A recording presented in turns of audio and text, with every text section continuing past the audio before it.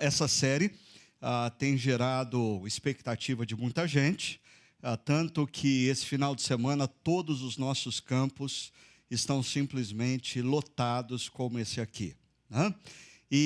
Mas antes de falar propriamente sobre De Volta à Cabana, eu queria falar sobre De Volta à Chácara, porque eu fiquei 2 finais de semana longe da chácara, minha igreja, assim, devido à nossa dinâmica de vida na cidade, na comunidade, como a gente se vê, normalmente a maioria só de final de semana, se a gente fica 2 finais de semana fora, isso significa que na semana anterior a gente não se viu e na semana posterior a gente também não se viu, e aí dá 3, 4 semanas sem a gente se ver e você não imagina quanta coisa aconteceu nesse curto período de tempo.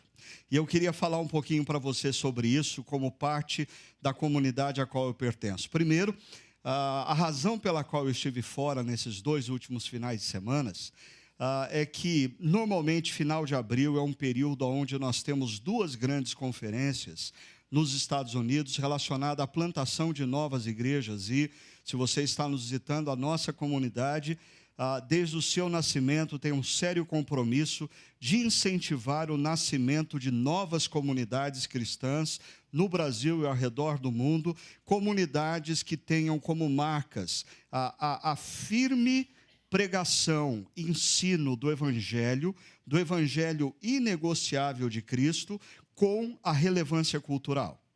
Nós estamos sempre pegando a pergunta que está sendo feita durante a semana, abrindo a Bíblia e respondendo durante o final de semana. E é isso que nós estamos fazendo nessa série também. Então, no primeiro final de semana e primeiros dias, nós estivemos numa conferência que hoje é a maior conferência de plantadores de igreja, talvez do mundo. 5.000 plantadores, pastores e líderes reunidos num só lugar, gente de todas as partes do mundo, oportunidade para a gente conhecer pessoas, estabelecermos parcerias, vermos necessidades, não só no nosso país, mas ao redor do mundo. Tempo de nós contatarmos possíveis preletores para que venham ao Brasil e nos ajudem na conferência que nós fazemos sempre aqui no final do ano. Depois, nós descemos um pouco mais ao sul da Flórida e participamos ali da conferência na Spanish River Church. A Spanish River Church, depois da Redeemer Presbyterian Church, uma igreja em Manhattan, Nova York, que foi a nossa parceira quando da plantação da Chácara Primavera, a Spanish River Church é a nossa parceira mais antiga. Há 13 anos, nós estamos plantando novas igrejas em parceria com a Spanish River Church. Só para esclarecer você que está nos visitando ou talvez esteja iniciando a caminhada aqui na Chácara Primavera, essas parcerias em nenhum momento se reverte para o custo da nossa própria comunidade. A nossa comunidade, com os seus 5 campos na cidade de Campinas, os 2 videosites em Limeira e em Curitiba, tudo isso é sustentado, é suportado pela contribuição financeira dos nossos membros, das pessoas que fazem parte da nossa comunidade. Essas parcerias são estabelecidas para ajudar a plantação de novas igrejas em outras regiões, nordeste do Brasil, interior de São Paulo, Chile e outros países. Então, essa é a razão pela qual a gente gasta esse tempo lá, reencontrando amigos, renovando forças, compartilhando as vitórias, compartilhando as tristezas e estabelecendo parcerias. Agora, na dimensão pessoal da minha vida, essas últimas semanas foram marcadas por altos e baixos, ou talvez mais propriamente baixos e altos. Por quê? No dia 27 de abril, faleceu a minha querida vó Ercília. Faleceu já com seus 100 anos. Ela completou 100 anos em dezembro de 2016. Ela já estava hospitalizada há 2 meses e meio. Alguns aqui estavam acompanhando bem de perto isso. O doutor Afonso, que estava aqui, está aqui à frente, foi uma das pessoas que deu muito apoio à nossa família. Alguns de vocês estiveram orando pela minha mãe, pelos seus irmãos. Eu queria agradecer nós, na verdade, já orávamos a Deus pedindo para que Deus abreviasse os dias dela. Ela estava sofrendo e ela já tinha cumprido a sua missão. Ela criou 8 filhos, ela teve, acho que, 16, 17 netos, bisnetos, tem mais do que isso, não sei, acho que 18, 19 bisnetos, 3 tataranetos, ou seja, uma pessoa que cumpriu a sua missão. E eu sempre tive um carinho muito grande por essa avó, porque desde os meus 5 anos de idade, ela morou com a gente, ela ajudou na minha criação, e ela foi, de certa maneira, responsável pela influência que o cristianismo teve na minha vida e na vida da minha família. A minha ascendência é italiana, e um tio da minha avó, um italianão, recém-chegado aqui no Brasil, ele caminhando pelas ruas de uma cidade do interior de São Paulo, ele achou na calçada um Novo Testamento. E ele pegou esse Novo Testamento e levou para casa. Ele começou a ler esse Novo Testamento. E na medida em que ele começou a ler o Novo Testamento, ele se convenceu que Jesus era real, que Jesus era o verdadeiro Filho de Deus, que havia entrado na história e o convidava para se reconciliar com Deus. E ele se rendeu a Deus através de Jesus e se tornou um discípulo de Jesus, e aí começou a influenciar a minha avó, influenciar a minha mãe, influenciar a minha tia, e essa é a razão porque a nossa família, do lado da minha mãe, foi profundamente influenciada pelo cristianismo e pela fé evangélica. Agora, paralelamente a isso, falando em 3 tataranetos, né? Também foi um tempo de alegria, porque no último dia 20 de abril, chegou na nossa casa o João, o meu segundo neto, né? Segundo filho do Paulo e da Luísa, irmãozinho mais novo do Gabriel, chegou com seus olhos azuis, alegrando a nossa família, está lá saudável e passando bem, então é uma grande alegria. A vida, por sinal, eu dizia a alguns amigos essa semana que esses primeiros 4 meses do ano foram profundamente intensos assim para mim, né? O ano começou eu tentando me recuperar de uma cirurgia complicada, que foi uma recuperação assim meio que dramática, e depois vem o casamento do meu filho, Levi, que deve estar por aí, e depois vem o vestibular, e a minha filha, a caçula, passa na USP em São Paulo e decide ir embora para a cidade de São Paulo. Então, em menos de 30 dias, nós tínhamos 2 filhos em casa, de repente não tem mais nenhum, e eu e Sônia ficamos com o ninho vazio. Aí a minha avó é hospitalizada, o meu pai, de tanto cansaço, resolve pegar um poste numa das ruas da cidade, quase morre num acidente. Aí, de repente, a minha avó parte e o meu neto chega. Quer dizer, foram meses intensos, né? De grandes aventuras. Mas eu queria compartilhar isso com vocês, porque vocês fazem parte da minha família estendida. E eu queria compartilhar a tristeza que nós vivemos e agradecer pelas orações, e compartilhar também a grande alegria da chegada do João. Então, agora sim, vamos de volta à cabana. E hoje nós vamos conversar sobre o sofrimento. Eu queria dizer uma coisa para você, ou 2 coisas inicialmente. Primeiro, ontem eu ouvia de uma pessoa, e eu já tinha acompanhado alguma coisa em redes sociais, de gente dizendo assim: onde já se viu uma igreja incentivando pessoas a assistir um filme como esse? Igreja nenhuma deveria incentivar as pessoas a assistir filme como esse, filme herege, filme que só fala heresias, fala uma teologia distorcida. E aí alguém veio me perguntar, dizendo: pastor, o senhor não acha que a Chácara Primavera deveria fazer o mesmo? Aí eu disse para a pessoa: meu querido, primeiro, a Chácara Primavera não pertence à Idade Média.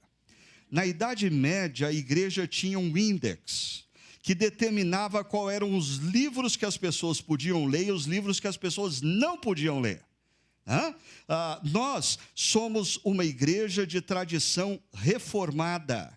E como uma igreja de tradição reformada, nós estamos sempre atentos atentos à cultura e nós cremos no poder da palavra de Deus. A gente não tem que ter medo nenhum de ir num cinema, assistir um filme, mesmo que ele nos traga questionamentos, e depois abrir a palavra de Deus e checar o que é fato e o que não é fato.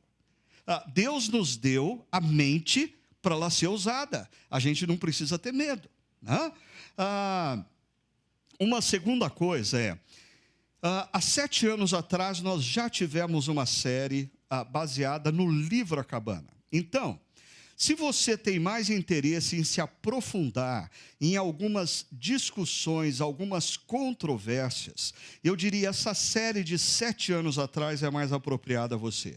Você pode ir no nosso site, acessar lá a série de 7 anos atrás e dar uma olhada um pouquinho mais profundamente em algumas questões que a gente levanta, algumas questões mais de linha apologética. A nossa série agora não tem como foco a discussão de temas polêmicos.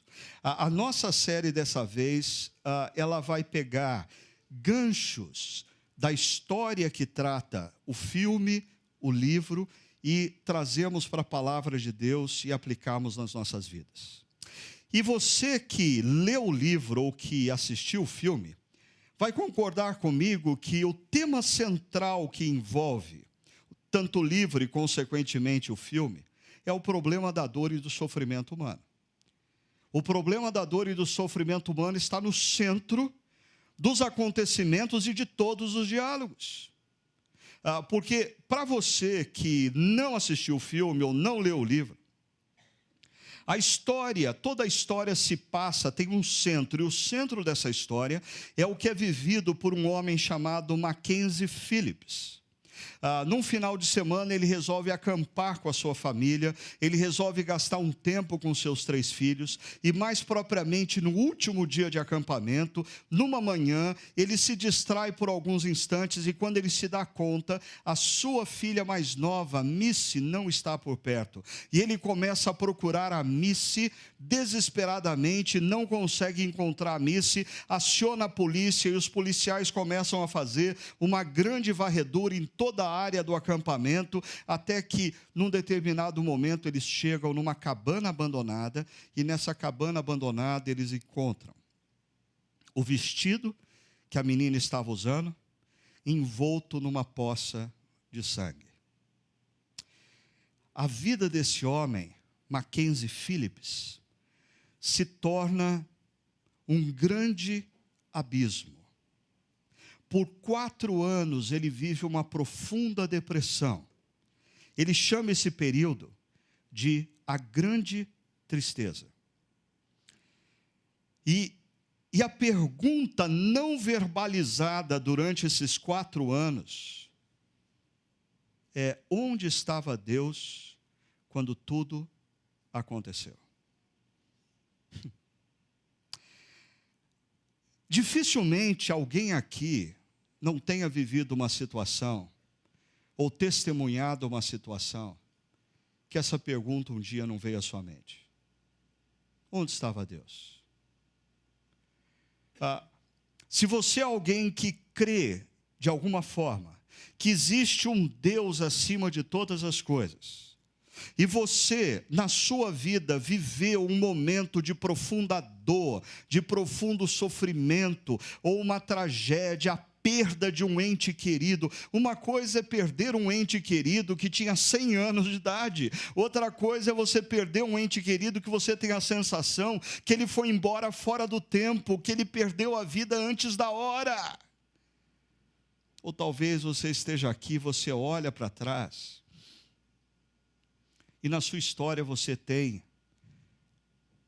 um evento de abuso físico, abuso emocional,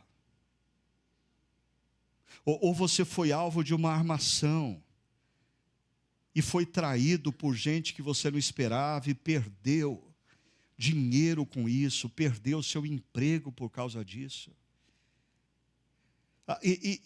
E quando a gente pensa nesses momentos, é inevitável que essa pergunta venha à nossa mente e ao coração: aonde estava Deus quando isso aconteceu? Aonde estava Deus quando eu fui violentado? Aonde estava Deus quando eu fui traído? Aonde estava Deus quando foi diagnosticado o câncer? Aonde estava Deus quando eu perdi aquele filho? Eu queria falar com vocês hoje sobre basicamente 4 coisas. Primeiro, eu queria abordar com vocês o grande dilema que existe por detrás dessa pergunta: aonde estava Deus quando isso aconteceu? Depois eu quero conversar com vocês sobre a origem do sofrimento. Qual é a gênese do sofrimento? De onde vem todo o sofrimento que nos envolve e que nos assalta? Aí eu quero conversar com você sobre as 5 faces do sofrimento, para que você possa olhar ao seu redor e se questionar qual é o propósito desse sofrimento na minha vida. Ele pertence a qual dessas faces? E por fim, eu quero pegar 3 versos escritos pelo apóstolo Paulo e mostrar para vocês qual é a atitude que Paulo tem diante do sofrimento. E a atitude que Deus nos convida a ter. Então, primeiro, deixa eu conversar sobre o grande dilema. Quando nós levantamos essa pergunta: onde estava Deus quando isso aconteceu? Existe um dilema por detrás, que é o seguinte: primeiro, ou Deus é totalmente bom, mas não é poderoso, logo, se compadece do ser humano que sofre, mas nada pode fazer por ele. Ou Deus é totalmente poderoso, mas não é bom. Logo, até poderia fazer algo diante do sofrimento, mas simplesmente não faz. Quando você está diante da dor e do sofrimento, e você pergunta: Deus, aonde você estava? Por que o Senhor não fez nada? Existe esse grande dilema por detrás. Você está dizendo que Deus é poderoso e poderia ter feito, mas não fez. Então ele não é bom. Ou você está dizendo que Deus é bom, mas ele não é todo poderoso. Então ele chorou e compadeceu com a sua dor, mas ele não tinha o que fazer. O problema é que a base desse grande dilema é uma base equivocada. Porque a base desse grande dilema parte do pressuposto que Deus é a fonte de toda dor e sofrimento. Se existe dor e sofrimento na minha vida, na minha história, na sua vida, na sua história, é porque Deus produziu isso. Então a gente precisa ir um pouquinho para a gênese do sofrimento e se perguntar qual é a origem do sofrimento. E aí, eu preciso convidar você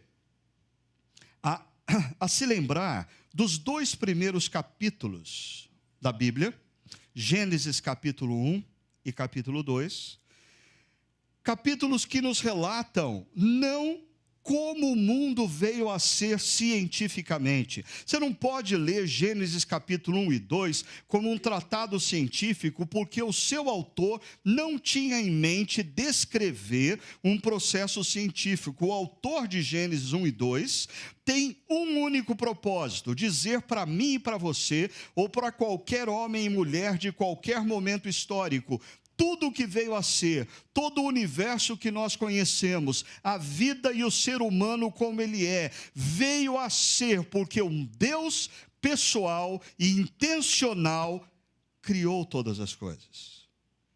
Seja qual for o processo que ele tem usado para criar todas as coisas. Mas foi ele que criou. Nós não vivemos num universo que foi criado de maneira casual. Nós não somos fruto de uma ameba que deu certo. Nós somos fruto de um Deus que concebeu a vida e moveu todas as coisas para que o universo e a vida humana viesse a ser na história.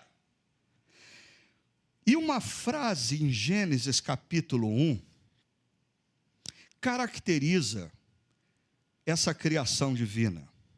E Deus viu tudo o que havia feito, e tudo havia ficado muito bom. Esse muito bom refere-se ao fato de que tudo estava muito harmônico, muito organizado, tudo funcionava com precisão, exatidão, sem qualquer disfunção. O organismo humano funcionava perfeitamente, não existia uma célula sequer que por alguma disfuncionalidade se transformava num tumor. A alma humana funcionava de maneira harmônica, não existia depressão ou qualquer conflito interior. Os relacionamentos entre os homens eram perfeitos, eram harmônicos. A relação dos seres humanos com a natureza não era uma relação de abuso, não era uma relação de destruição. Tudo era muito bom. Nesse primeiro momento, pense comigo, médicos, psicólogos, advogados, ambientalistas estariam desempregados. Aquele jardim não precisava de nenhuma pessoa que atuasse em qualquer uma dessas áreas. Por quê? Porque tudo estava muito bom.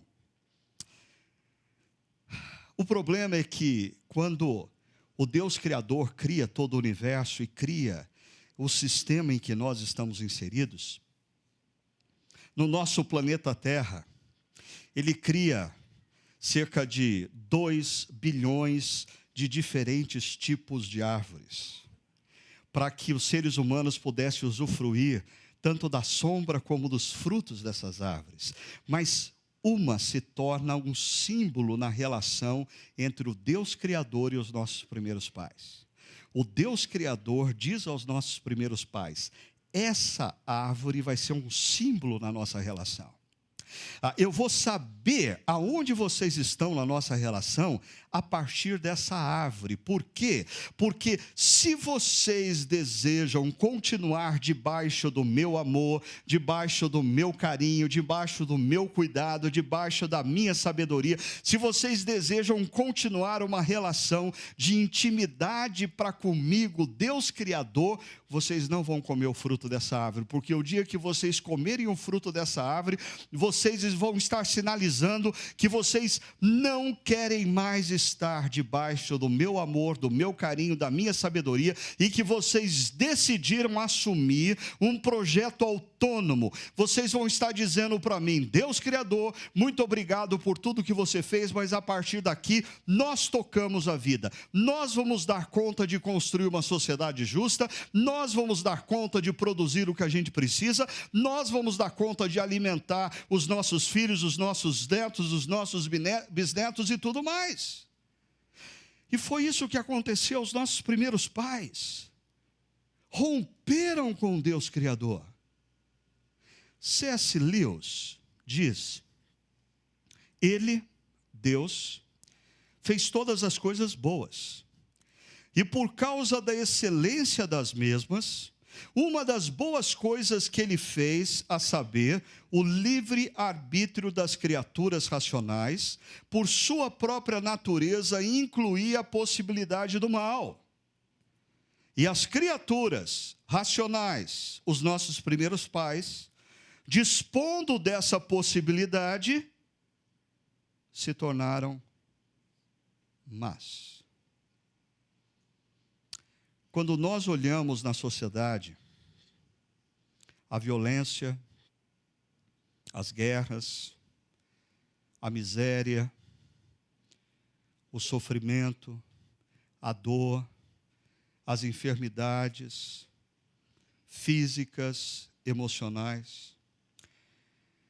nós precisamos lembrar que não era para ser assim. Não era para ser assim. Deus não nos criou para dor. Deus não nos criou para morte. Deus não nos criou para miséria. Deus não nos criou para violência. Deus não nos criou para depressão. Mas os nossos primeiros pais fizeram uma opção. E o mundo que está ao nosso redor não é o mundo que Deus optou, é o mundo que os nossos primeiros pais optaram. É o mundo fruto dessa nossa tendência humana de ser autônomo, de viver a parte de Deus, de se considerar mais sábio e mais esperto do que o Deus Criador. Existe um livro escrito pelo Dr. Cornelius Plantinga, que tem exatamente esse título: Não era para ser assim. Não era para ser assim. Desde que eu li esse livro, todas as vezes que eu me deparo com um noticiário, aonde um noticiário que fala da violência, que fala da guerra, que fala da opressão, que fala da miséria, que fala da dor, que fala da pobreza, que fala das lágrimas humanas, ao invés de eu dizer: onde estava o Senhor Deus quando isso aconteceu? Eu aprendi a dizer para mim mesmo: não era para ser assim. Essa não foi a opção de Deus. Essa foi a nossa opção.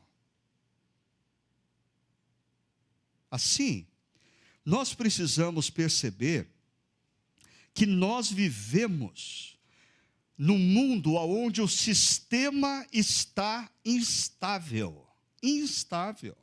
É mais ou menos assim: você está assistindo um jogo de futebol, ou você está assistindo um filme na televisão, e aí a sua TV a cabo começa a dar algum problema, e você liga para a operadora, e a menininha lá da operadora te atende e diz assim: senhor, eu não tenho o que fazer, o sistema está instável. O sistema está instável.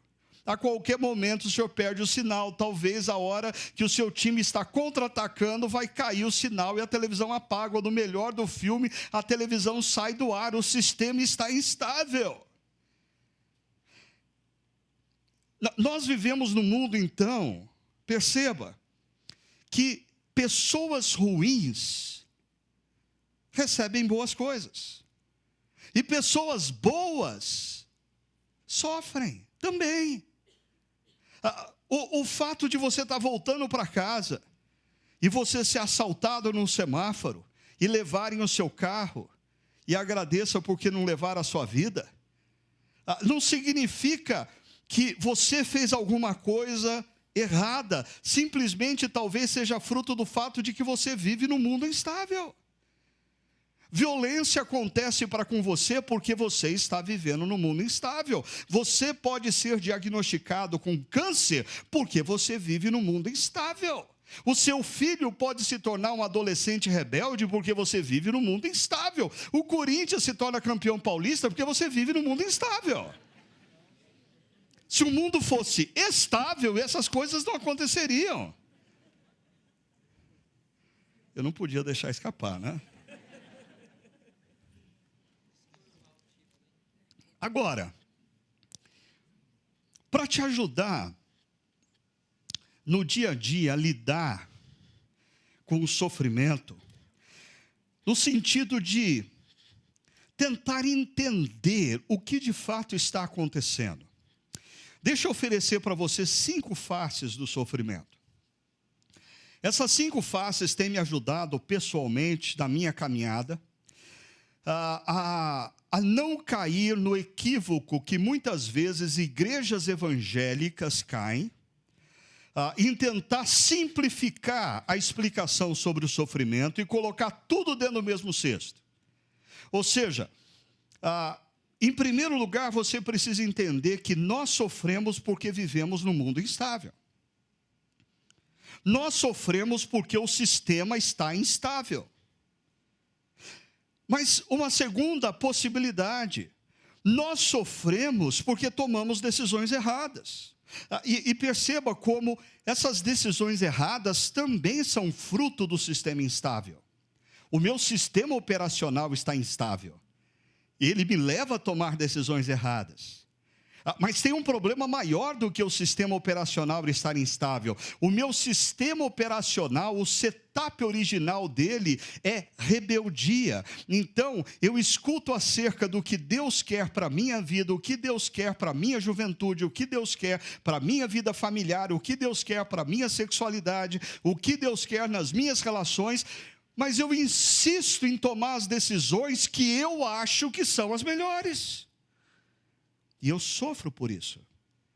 Eu sofro porque eu tomei decisões erradas. Eu sofro porque eu não administrei bem o meu dinheiro. Eu sofro porque eu não cuidei bem da minha saúde. Eu sofro porque eu não investi como deveria ter investido na minha relação conjugal. Eu sofro porque eu não dediquei o tempo que eu deveria ter dedicado aos meus filhos. Errei. O sofrimento, ele pode ser originário dos nossos erros. Ainda, uma terceira face do sofrimento, nós sofremos porque Deus nos exercita. Existe a possibilidade de você passar por um momento de sofrimento, e isso ter a ver com Deus. E aqui a gente está entrando numa faceta do sofrimento, que é, o sofrimento entra na história da humanidade como uma disfunção, como fruto da rebeldia dos nossos primeiros pais. Mas o Deus Criador muitas vezes usa parte do sofrimento para gerar em você um desafio, para tirar você da zona de conforto, para você crescer, para você amadurecer, para você se tornar uma pessoa melhor, para você se tornar a pessoa que Ele quer que você seja. O sofrimento pode nos conduzir para fora da nossa zona de conforto e fazer a gente crescer em áreas que nós precisamos crescer. Uma quarta face do sofrimento. Nós podemos sofrer porque Deus está nos disciplinando. Sim, as Escrituras falam dessa possibilidade. As Escrituras dizem que Deus disciplina o filho a quem Ele ama. Mas preste atenção sobre isso. Não confunda disciplina de um pai que ama com vingança de um pai que se sente ofendido. Isso serve também para a nossa relação com os nossos filhos. Jamais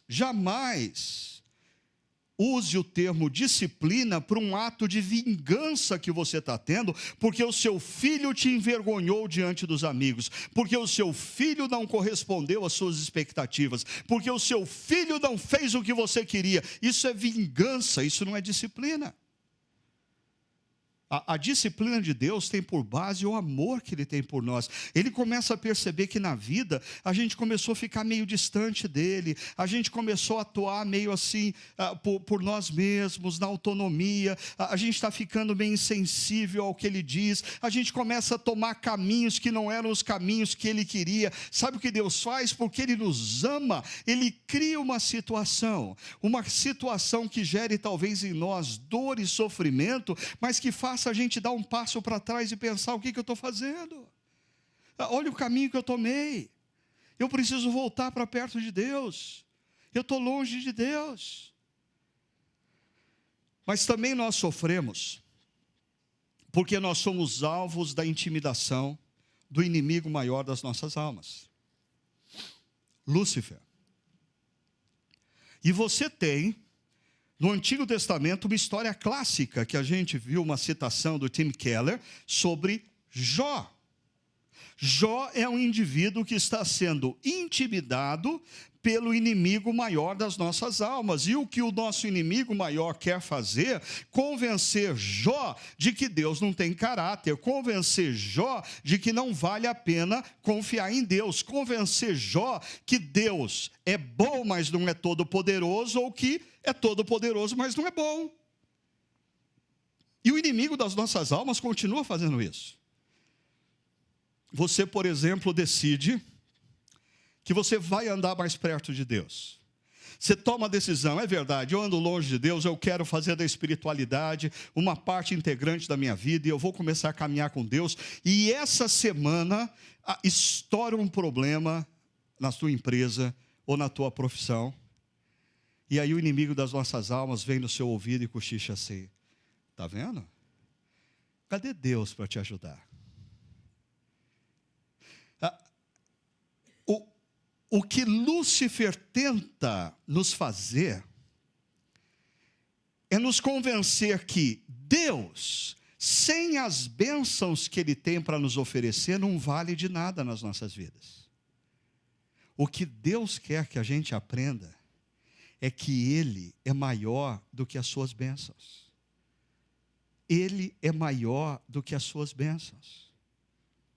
Assim, perceba, a base de todo o sofrimento está aqui. Nós vivemos num mundo instável, mas existem efeitos colaterais disso. Nós sofremos porque tomamos decisões erradas, e nós sofremos porque somos intimidados pelo inimigo das nossas almas, e aqui você precisa aprender a distinguir isso aqui, porque senão você cai no simplismo de muitas igrejas evangélicas, que, por exemplo, diz: você está sofrendo porque você está em pecado. Jó não estava em pecado. O fato de eu estar sofrendo não significa que eu errei. O sofrimento decorrente de um erro meu é uma das possibilidades, mas não é a única interpretação da realidade. Mas tem uma outra versão das igrejas evangélicas brasileiras. Aquela que diz: não, você está numa batalha espiritual. O cara não paga imposto, o cara contrata errado, o cara explora os funcionários, funcionário entra na justiça contra os caras, a Receita Federal abaixa na empresa do cara, e o cara vem para a igreja que diz para ele que o problema é que Satanás está perseguindo ele porque ele é um cristão. Balela! Satanás não está dando nem bola para um cara como esse, porque esse cara, ele mesmo se basta para tornar a vida dele e dos outros um tormento. Então a gente tem que tomar muito cuidado com essa simplificação do problema. Não existe uma resposta quando você está atravessando por um momento de crise. E aqui, na parte superior, você tem aquelas ações em que Deus toma o sofrimento e transforma em algo bom. É quando Deus permite que o sofrimento chegue nas nossas vidas, e aí eu quero lembrar para vocês aquela clássica explicação que eu dou, que eu sempre dei para os meus filhos, do própolis e da Coca-Cola, né? Coca-Cola é gostoso, mas não é bom. Própolis não tem sabor bom, é ruim, mas faz bem. E Deus muitas vezes usa momentos de sofrimento para produzir o bem na nossa vida, para nos trazer novamente para perto dele, ou para fazer a gente sair da zona de conforto, amadurecer e crescer. Quando a gente está passando pelo sofrimento, dentro dessas duas faces, não é bom. As lágrimas escorrem, não é gostoso, a gente não vê a hora de superar isso, mas quando nós olhamos para trás e percebemos o que estava acontecendo, nós reconhecemos que Deus estava fazendo uma obra muito importante nas nossas vidas. Assim, deixa eu ir para o último ponto. A atitude diante do sofrimento. Veja só o que o apóstolo Paulo coloca em 2 Coríntios capítulo 4. Por isso, não desanimamos. Embora exteriormente estejamos a desgastar-nos, interiormente estamos sendo renovados dia após dia, pois os nossos sofrimentos leves e momentâneos estão produzindo para nós uma glória eterna, que pesa mais do que todos eles. Assim, Fixamos os olhos não naquilo que se vê, mas no que não se vê, pois o que se vê é transitório, mas o que não se vê é eterno. Deixa eu falar rapidamente para você.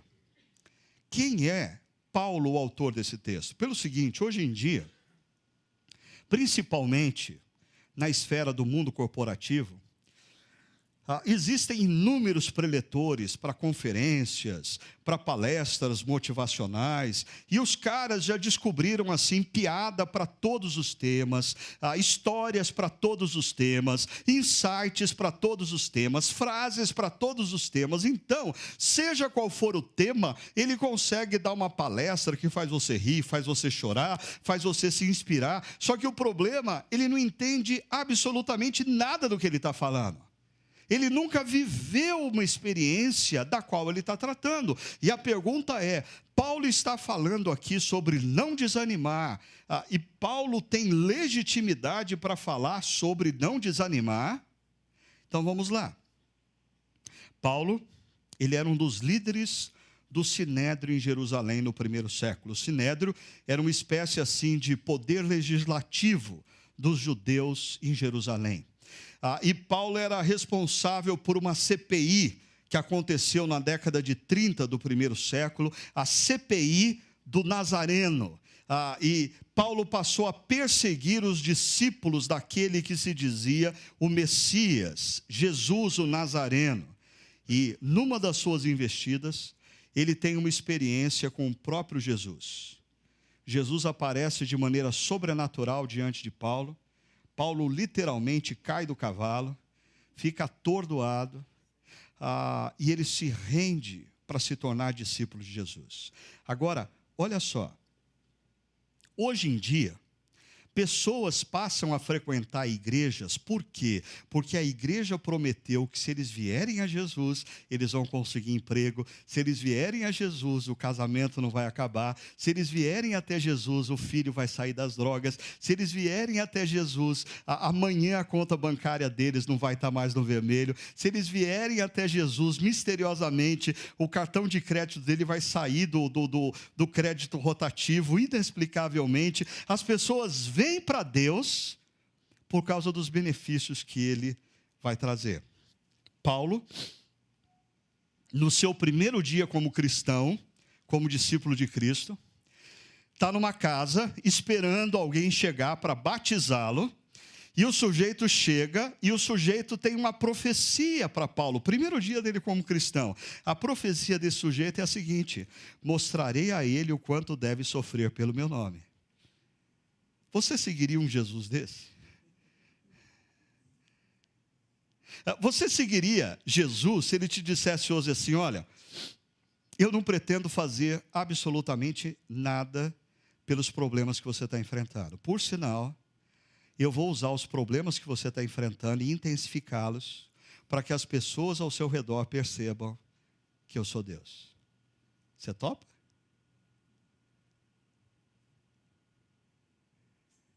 É isso que Paulo passa a viver. Ele perde os privilégios e perde os amigos antigos. Ele passa a enfrentar a oposição constante dos líderes judaicos. Em todas as cidades por onde Paulo passa, os líderes da comunidade judaica começam a falar mal de Paulo, começam a difamar Paulo, começam a incitar as pessoas a agredirem Paulo fisicamente. Paulo se torna alvo de violência física, não poucas vezes, e de aprisionamentos. Aqueles que estão aqui, que já frequentam uma igreja desde de criança, adolescência, sabe disso aqui de Paulo, mas é interessante que a gente sempre pensa nessa dimensão da vida de Paulo, elaborando assim: puxa vida, Paulo sofreu fisicamente, Paulo foi preso, Paulo sofreu açoites, Paulo foi alvo de apedrejar. A gente nunca para pensar na dimensão emocional desse negócio. Imagina você durante 35 anos da sua vida, em todas as cidades por onde você passa, tem gente falando mal de você, tem gente te difamando, tem gente jogando as pessoas contra você. Por 35 anos, por todas as cidades aonde você passa, você é alvo de agressões físicas, quando você não vai parar na prisão, por 35 anos, isso. E no final da sua vida, ele escreve ao seu discípulo Timóteo, ele está preso e ele diz que ele está sozinho. Pessoas que ouviram a palavra de Deus através de Paulo, pessoas que aprenderam acerca de Jesus com Paulo, pessoas que estavam vivendo crise conjugal e foram abençoadas por Paulo, pessoas que estavam enfrentando problemas pessoais e Paulo orou e abençoou, o abandonaram. Ele está sozinho.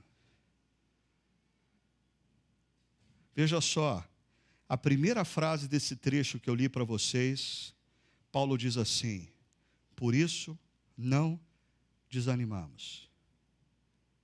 É esse cara que durante 35 anos vive essa situação, que diz assim: gente, por que desanimar? Qual a razão?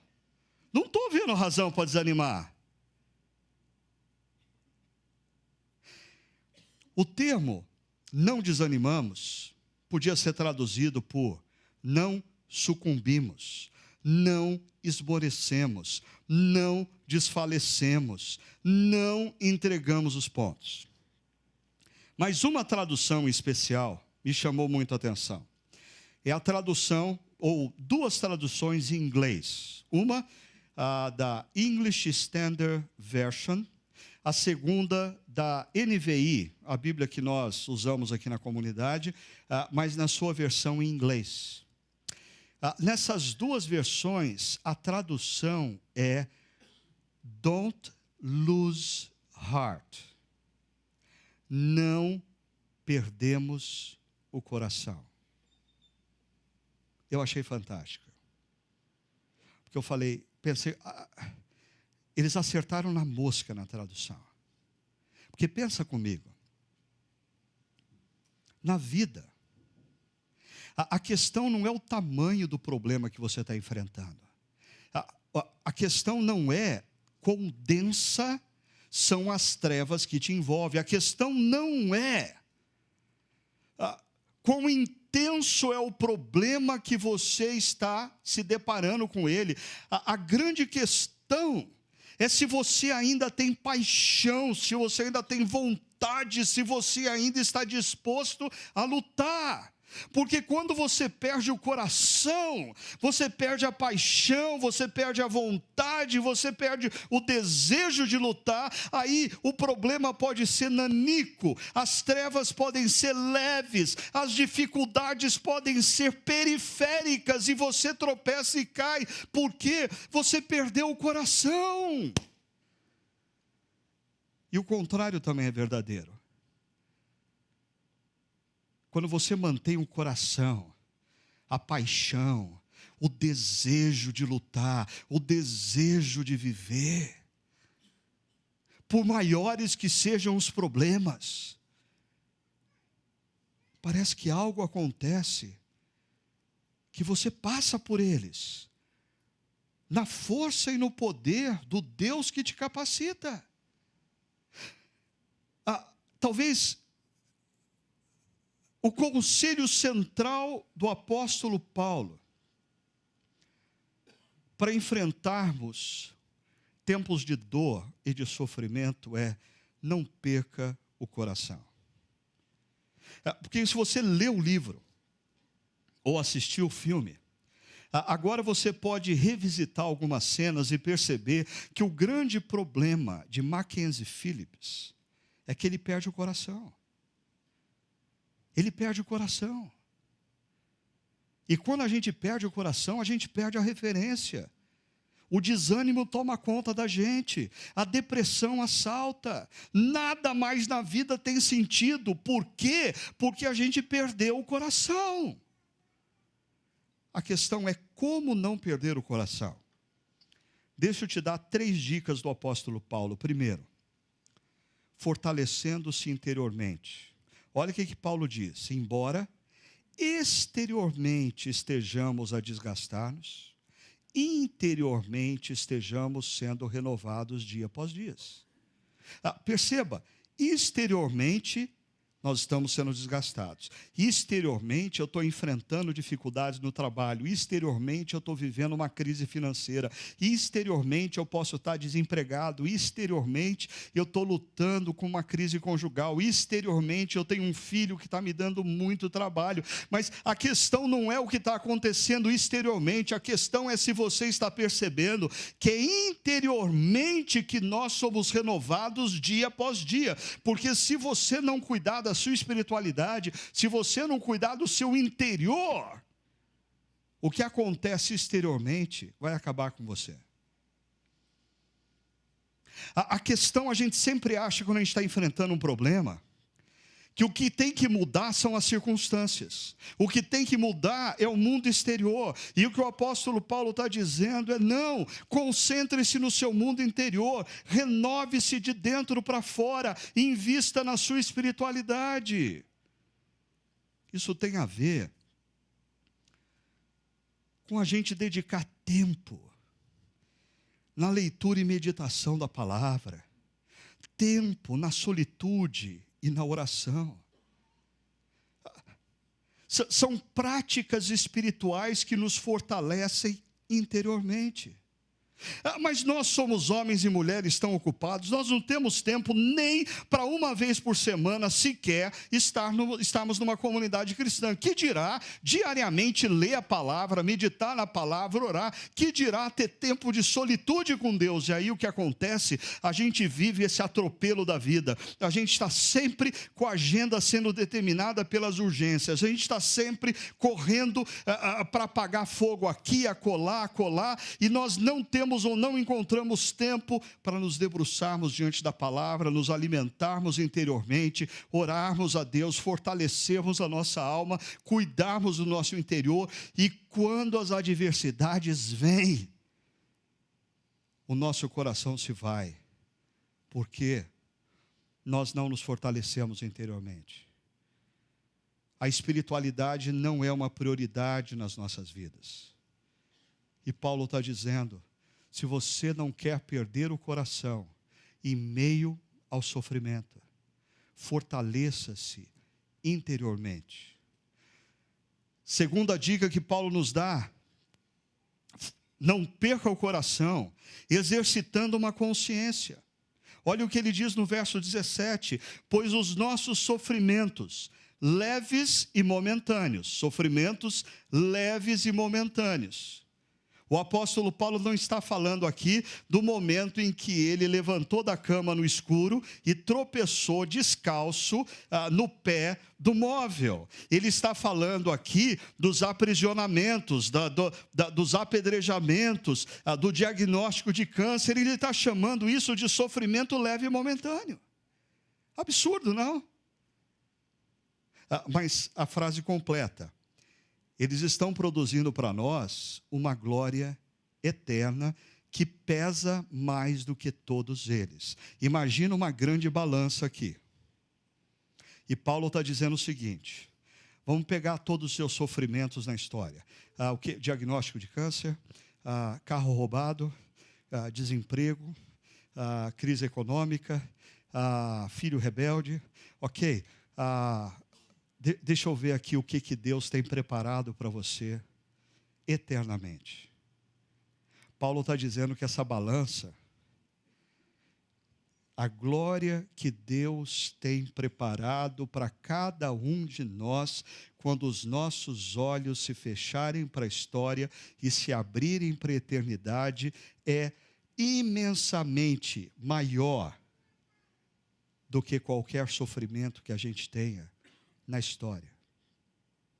O problema: nós somos uma geração de cristãos que não fala mais sobre a eternidade. Nós somos uma geração de cristãos que não tem anseio pela eternidade. Nós somos uma geração de cristãos que o nosso anseio é que Deus nos abençoe para o nosso sucesso profissional, que Deus nos abençoe para a gente comprar uma outra casa, que Deus nos abençoe para a gente ter um carro importado, que Deus nos abençoe para a gente ter uma casa na praia, para a gente ter uma lancha, para a gente ter isso, para a gente ter aquilo, para a gente viajar 3 vezes por ano para a Europa, para os Estados Unidos, para todas as partes do mundo. O nosso cristianismo é centrado no presente e nós não ansiamos mais pela eternidade. E talvez você não tenha anseio pela eternidade, você precisa parar para pensar nisso, porque a sua cosmovisão ficou restrita ao presente. E se a vida para você é o que acontece do seu nascimento até a morte, todo e qualquer sofrimento vai te gerar pânico e desespero. Todo e qualquer prejuízo financeiro vai gerar em você desespero e depressão. Porque você só tem 80, 90, no máximo 100 anos para aproveitar. Agora, se você crê que Deus não nos criou para a morte, a morte é uma decorrência daquela rebeldia dos nossos primeiros pais. Mas o Deus Criador não ficou de costas, ele não nos desprezou, Ele entrou na história, na pessoa de Jesus Cristo, e naquela cruz, Ele morreu a nossa morte, Ele pagou o preço da nossa rebeldia como seres humanos, e naquela cruz Ele nos convida para voltar para Ele, receber o seu amor, receber o seu perdão, e sermos reconectados com Deus Criador. E as Escrituras dizem que todo aquele que olha para a cruz e compreende o que Jesus Cristo fez, e crê que o que Ele fez, Ele o fez por você, todo aquele que crê, ainda que os seus olhos se fechem para a história, se abrirão para a eternidade. O que é eternidade?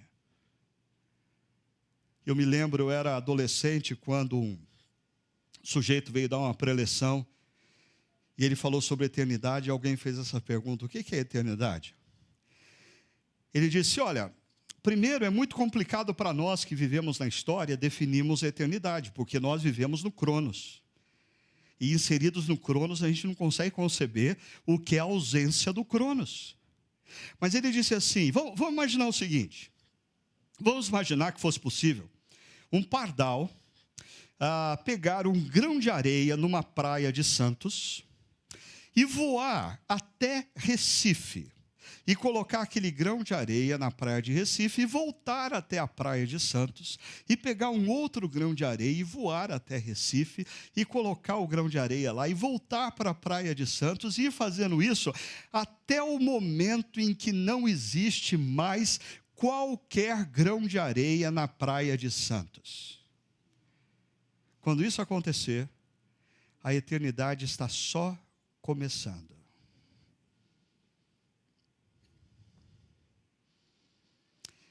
Mas nós estamos tão presos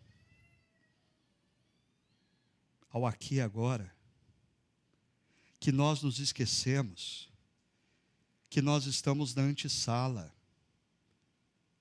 Nós estamos na antessala, o banquete ainda não começou. A história é o espaço em que a gente decide aonde nós vamos passar a eternidade. A história é o espaço em que nós que cremos no reino dos céus, vivemos na história os valores do reino dos céus, na maior intensidade possível para a glória dele, do nosso rei. Mas a história é a antessala. O que Paulo está dizendo aqui basicamente é: o nosso sofrimento na história é leve e momentâneo, a glória que Deus tem reservada para nós é de peso e é eterna. E a última dica de Paulo: guarde o seu coração, mantendo o foco correto. Ele diz assim: fixamos os olhos naquilo que se vê, não naquilo que se vê, mas no que se vê, pois o que se vê é transitório. Perceba aqui o paralelo entre naquilo que se vê e naquilo que não se vê. É transitório e é eterno. O que Paulo está falando aqui não é para nós nos tornarmos um bando de alienados, pensando na eternidade e desprezando o que está acontecendo na história. O que Paulo está dizendo aqui não é para você viver na história, dizendo assim, dá uma sopradinha aí na sua dor e aguarda a eternidade, porque lá na eternidade vai estar dando tudo certo. Não, o que ele está dizendo aqui, em outras palavras, é, viva com os pés na história, mas com os olhos na eternidade. Isso vai mudar a sua visão de mundo, a sua visão da dor e do sofrimento. Tudo, absolutamente, que nós temos e passamos aqui, quer sejam as coisas boas, quer sejam as coisas ruins, é transitório. Quantas vezes você não planejou uma viagem com a família? Quantas vezes você não ficou meses antes ansioso por aquela viagem e ela parecia tão distante e você sonhava com aquele momento e chegou o momento da viagem, a viagem aconteceu, ela se foi e agora você só tem as fotos e olhe lá, passou. Isso é a vida. Você vai ficar agarrado nisso. Isso vai te gerar desespero. Agora Paulo está dizendo, viva com os pés na história, consciente da eternidade, com os olhos na eternidade. Deixa eu dar um último exemplo e eu termino. Nós começamos falando dos 2 primeiros livros da Bíblia, dos 2 primeiros capítulos da Bíblia. Se você for para o último capítulo da Bíblia agora, Apocalipse, escrito por João, João é o último dos apóstolos vivo, ele está exilado na ilha de Patmos. Ele olha ao redor dele no mundo e o Império Romano está perseguindo o cristianismo. Irmãos e irmãs de fé estão morrendo, estão sendo presos, estão sofrendo. João olha para a história e o que ele vê gera para ele dor e desespero. E aí João está orando. E Deus dá para ele uma visão da eternidade.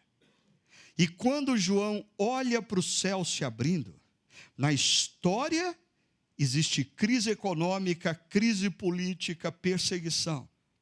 Mas na eternidade, ele vê Jesus do lado direito do Deus Pai, pronto para intervir na história e consumar o seu reino de justiça, de paz e de alegria.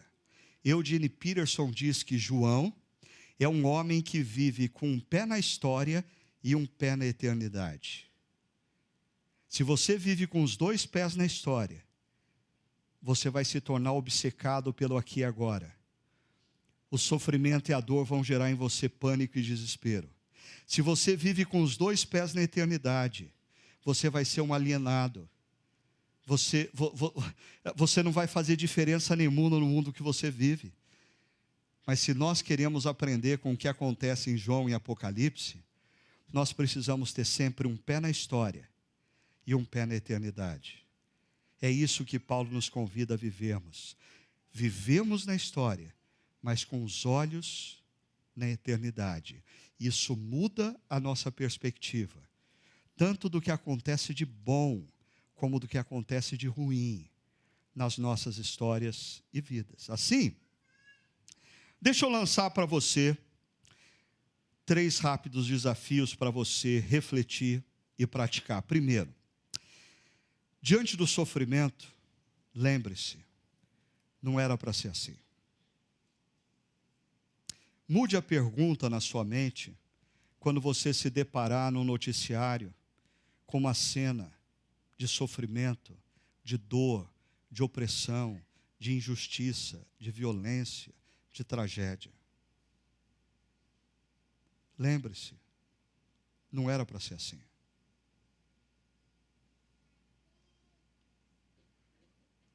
Esse não é o mundo que o nosso Deus Criador quis. Esse é o mundo que nós, seres humanos, criamos, longe do Deus Criador.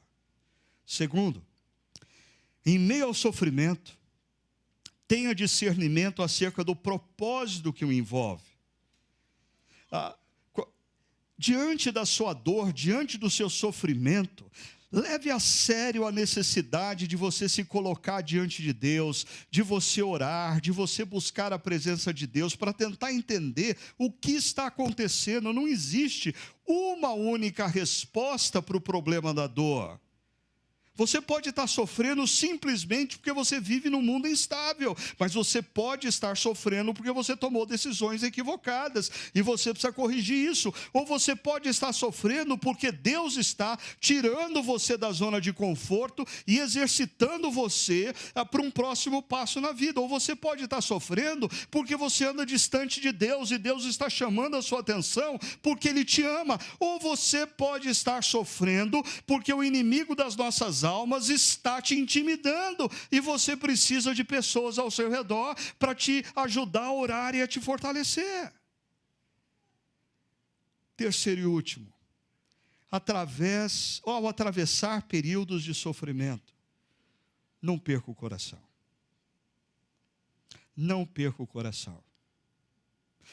Alguns anos atrás, nós conversávamos aqui na comunidade sobre a vida do rei Davi. E um dos períodos da vida de Davi que mais me fascina é o período em que ele é perseguido por Saul e ele passa 8 anos no deserto. Interessante, o deserto é um lugar árido. O deserto é um lugar sem vida. Mas durante aqueles 8 anos é o momento em que Davi mais produz canções, salmos e orações que nós temos no livro dos Salmos. O que aconteceu, Davi estava no deserto, mas o deserto não estava em Davi. Atravesse momentos de sofrimento, mas não perca o coração, fortalecendo-se interiormente, exercitando uma consciência de que a nossa leve e momentânea tribulação não é comparável a tudo que Deus tem preparado para nós. E mantendo o foco correto. Tem os pés na história, mas os olhos na eternidade. E isso vai mudar a sua visão do mundo ao seu redor. Vamos orar? Senhor, nós nos aproximamos da Tua presença nessa hora.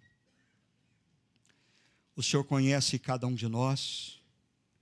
O Senhor conhece o nosso momento, a nossa dor, o nosso sofrimento. E nós te pedimos, Pai, que o Senhor venha ao nosso encontro, renove as nossas forças, nos dê novo ânimo.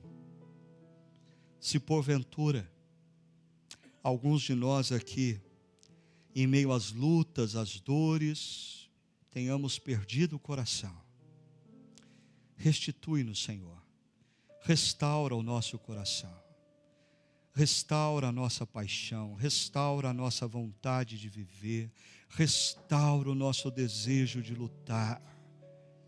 Nós cremos, Pai, que o Senhor é Deus bom, que o Senhor é Deus poderoso. Prova disso é que o Senhor entrou na história para nos resgatar, e o Senhor nos resgatou através da maior prova de amor que toda a humanidade já teve, dando o seu próprio Filho para pagar a dívida que era nossa. Senhor,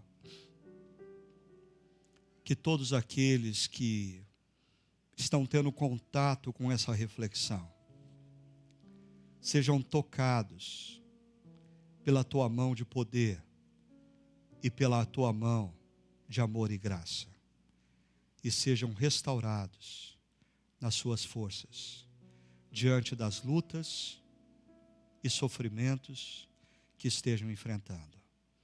Nós oramos em nome de Jesus. Amém.